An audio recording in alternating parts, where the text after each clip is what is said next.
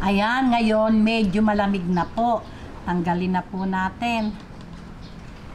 Ayan. Oh, di ba? Lagay lang po natin sa niyog.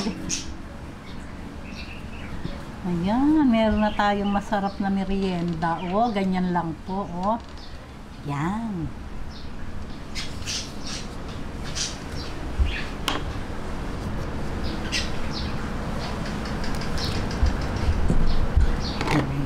Ngayon po, tatanggalin lang po natin lahat sa molder at ready na po ito para sa ating merienda.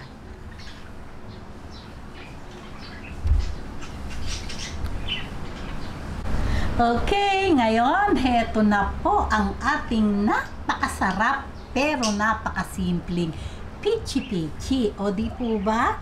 Ang dali-dali lang gawin, meron na kayong masarap na merienda. Okay, ngayon po, syempre po, tikiman na po tayo. Okay, ngayon, tikman na po natin.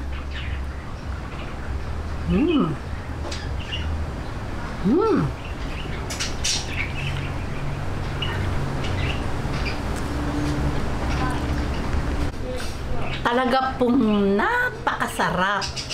Makunat po yung pagkakaano ng ating kasaba. At syempre po, nakapagpasarap po talaga yung pandan water. Kung meron po kayong pandan water, mas masarap po talaga. Magpapakulo lang kayo ng konti para ipanabaw natin. O, paano po? Diba? Yummy. O, gawin na po natin to at talaga naman pong napakadaling gawin. At syempre po yung budget, kaya na po ng ating bulsa. Kung nagustuhan nyo ang video na to, huwag lang kalimutang mag-like. And don't forget to share and subscribe. Bye-bye!